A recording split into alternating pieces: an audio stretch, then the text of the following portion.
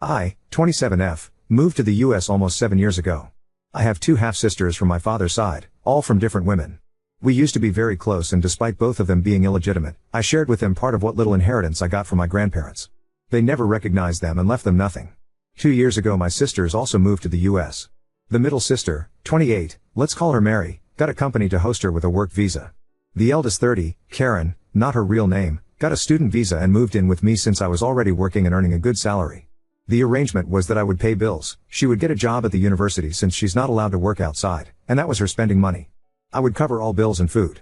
The only thing I asked was to help with some minor chores. I have a dog and a cat, and I told her she had no responsibility while she had school and work. It was fine, since I work from home, and I have a stepfamily that helped me maintaining my home, mostly because I'm the free babysitter for them. Pretty sweet deal for a student, right? Well, apparently that wasn't enough. While she was in school, Karen met Ken. I knew Ken from the time I went to university. He's a creep, but I thought harmless. Karen was head over heels for him. I warned her Ken had a bad reputation at the university, but she didn't care. She's a big girl, so I let it be, with the only condition that Ken was not allowed in my place. COVID hits, and my hours were cut. Karen's school goes on pause and she loses her campus job. Because of all of this, we moved into a small apartment. I took a second job, and did some freelance on the side. Needless to say, I had no personal life. I am dating someone, but he was also swamped with work and bills, so we barely met each other. During this time, Ann and Ken apparently got closer and he began to appear in the apartment. Karen was not part of my lease, but my landlord was very understanding.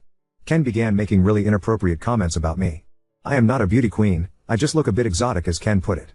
I'm mixed race from the Caribbean, so I have a bit of everything and somehow it all shows. Karen looks more like our father, he was of European descent. In all honesty, Karen is more attractive. I only look foreign in this little Intermountain region city. Ken would go out of his way to touch me and was just invasive. I managed to just keep in my room when he was around or use the excuse that my pets needed a walk. I didn't know exactly why, but Karen kept pushing for me to spend time on my own with Ken. It will be good for you to bond with your future brother-in-law. They had only been dating 7 months at this point. Whatever, I didn't care. I found excuses to avoid it. November 2020 I got a better position at my main career job, so I was able to quit my second job and have more me time. I reconnected with friends and one of them asked me if I was okay. I asked why and he told me Ken had been saying he was very close to getting me for personal time. I was not okay with that idea. And I very loudly said I'd rather be hit by a train than doing anything with Ken. Since I'm in a small city in the Intermountain region, the kind that most people in the same area knows each other, a lot of people had text messages or creepy stories to tell me. That was it for me. I went home and demanded an explanation. They didn't deny it. Ken even said Karen had said it was fine and I was doing them a solid as her sister, since he had a fantasy he wanted to go for. I told them both they were disgusting and that Ken had to leave or I would be calling the cops. Ken left with some insults sent my way, and Karen began telling me she didn't see the problem since my partner and I were on a break. We were not. I told her IW, as not for her to sell around like property and that she had 2 weeks to find a place of her own. I was done with her. I called all my relatives, sent them copies of the text messages I was given, and no one in our family wanted anything to do with Karen. She moved in with Ken a few days later. It took me some effort, but I was able to get a restraining order for Ken. Couldn't get one for Karen. Still, they disappeared from my radar except for a few encounters which easily were solved with showing I was about to call 911. And then today happened and I had to hold back my laughter.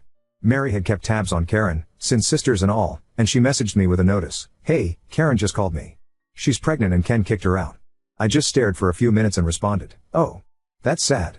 Mary knew, and supports, that I don't care or have any intentions to help. Karen used Mary's phone to call me. She begged me to help, since Mary is only letting her stay for a week before she moves to another state. Said that she missed her little sister and had no one else to go to.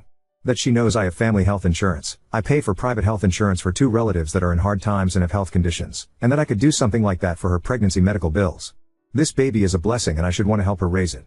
Meaning, I pay for everything. I let her pour her heart out for a good 5 to 7 minutes, then said nope. I ended the call. She tried calling again for a while, then stopped when I got a text message from Mary saying she had left her phone on the counter and she was sorry for the spamming. Most of my family agrees with me, even Karen's mom.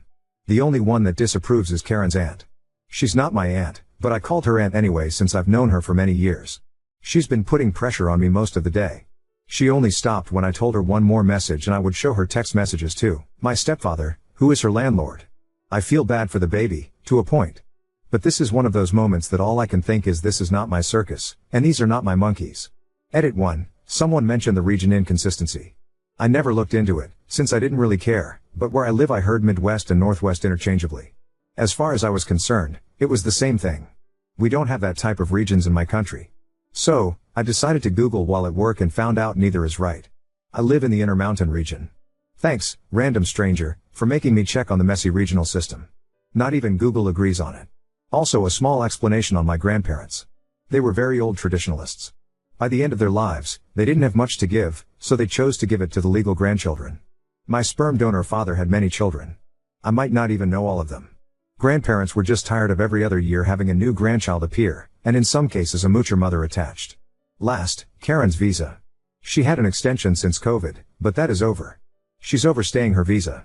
This is very common. I have relatives that do it. I don't agree, but I also had one foot in since my stepfather is American. Update 1.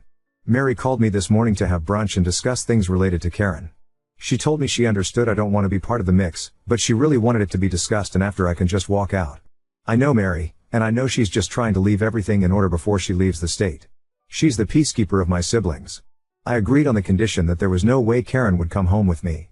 Mary just said, if she tries to follow you, I'll drag her out myself. So I dressed up and off I went to brunch with my sisters. I'll skip the pleasantries and dumb friendly family look Karen attempted. Once we were done eating and just having coffee, Mary said all the cards on the table.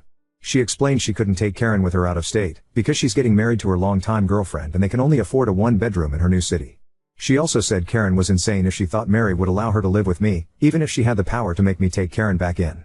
That Karen was lucky she even let her stay with her for this last few days.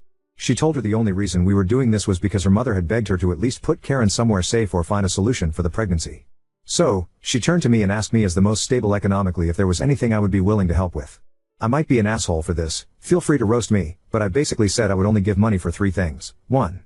A termination in a hotel room while she heals from it. 2.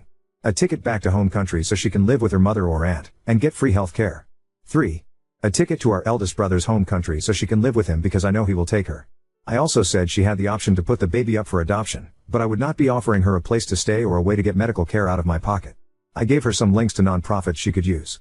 Karen started crying, saying I was trying to take away her baby and being a bad sister. That a good sister would open up her home and help care for her baby. That I never deserved to have the money I have. Most of my money is from inheritance on my mother's side of the family, so not sure how she would have gotten anything. That I was spoiled by my mother because she had money. We did, because after our father left my mother and I with nothing, she made a company from scratch.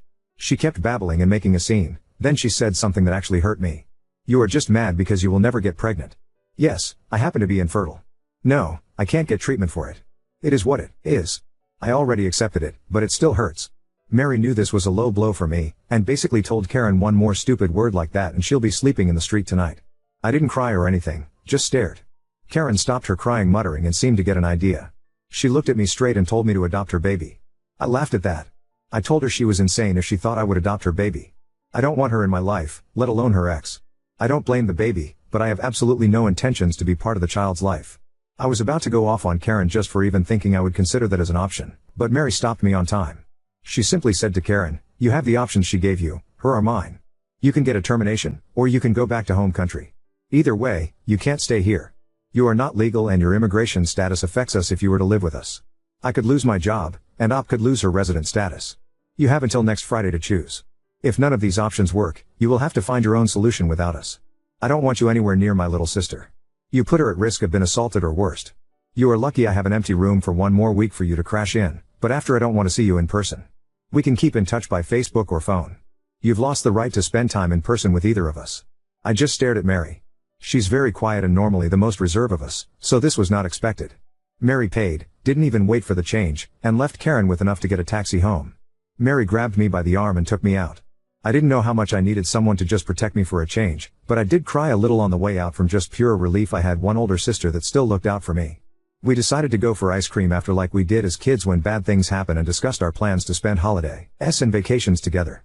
Mary's girlfriend also joined us for ice cream and the whole time she just made jokes about how sad she's going to be without her moving table. She's much taller than me and it's a running gag with us. Nothing too dramatic, thankfully.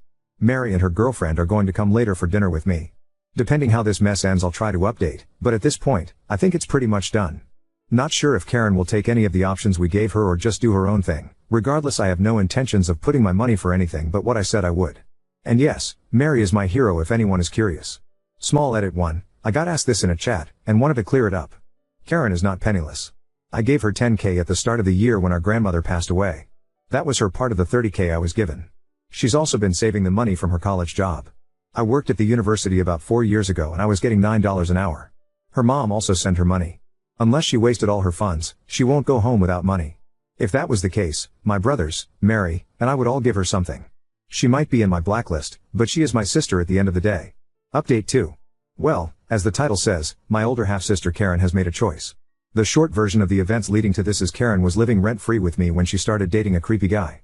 Her boyfriend wants to follow through a fantasy that involved my sister and I in a very disgusting activity together, and Karen was all up for it, and volunteered me without my knowledge.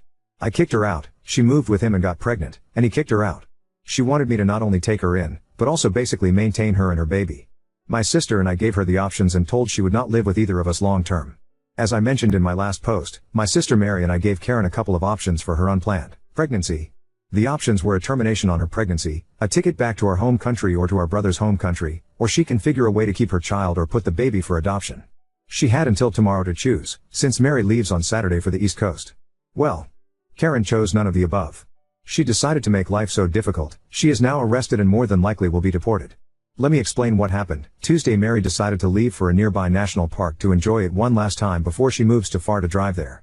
She left Karen with a key and some money. Big mistake. Mary and her girlfriend returned yesterday and found out all the locks in their house had been changed. To make it even worse, Ken, Karen's supposed ex, had moved into their house. I know, Mary should have seen this coming, but they grew up as best friends. They used to be closer to each other than to anyone else, myself included. Obviously police were called, and it was just a major mess. Karen and Ken claimed it was their house. Mary and her girlfriend kept telling them no, it's not. It's not even Mary's house anymore. It was sold and the new family that owns it arrives on Sunday. Realtor was going to give them the key. The police officers were so done with this mess before it even escalated, and asked everyone for their IDs. Ken, Mary, and Mary's girlfriend all had their IDs. Karen only had an expired passport. Karen got arrested on immigration charges. Ken got arrested on charges relating to breaking and entering, and some others I don't know for sure. I got this second-hand from Mary while she was basically about to commit a murder felony had it not being for the officers present. Today I got called about my sister. Her lawyer said she claiming to be my surrogate and that the baby in her was actually my child. Yep, she tried this. I told the lawyer that I was not looking for a surrogate or adopting a child, I am already fostering and have an space, and that my sister got pregnant by accident with Ken. He asked if I would be willing to foster her baby, since the child would technically be American. I said absolutely not. He tried to work things with me, explaining my sister will most likely be deported otherwise. I just told him if that's the law, then that's how it will be. I asked him to please not contact me about her anymore. As far as I am concerned, the only family she has is in our home country. Aside from the scare and new locks, Mary is okay. The realtor has copies of the new keys for the family that owns the house. And now my sister and I are planning to have no contact with Karen. I don't know what exactly will happen to Karen. Nor do I care anymore. Now not even Aunt in home country wants anything to do with Karen, and even apologized to Mary and I. As for Ken, well, who knows? I hope he goes to jail, but if he doesn't, I couldn't care less. I now feel like a massive boulder is off my shoulders and can just focus on work and teaching my foster daughter about Star Wars. We have already watched all of the original trilogy and we have a Clone Wars marathon planned for the weekend. I want to thank everyone who send me well wishes to my sister Mary, and I also to the people that share advice that I am so glad I took to heart.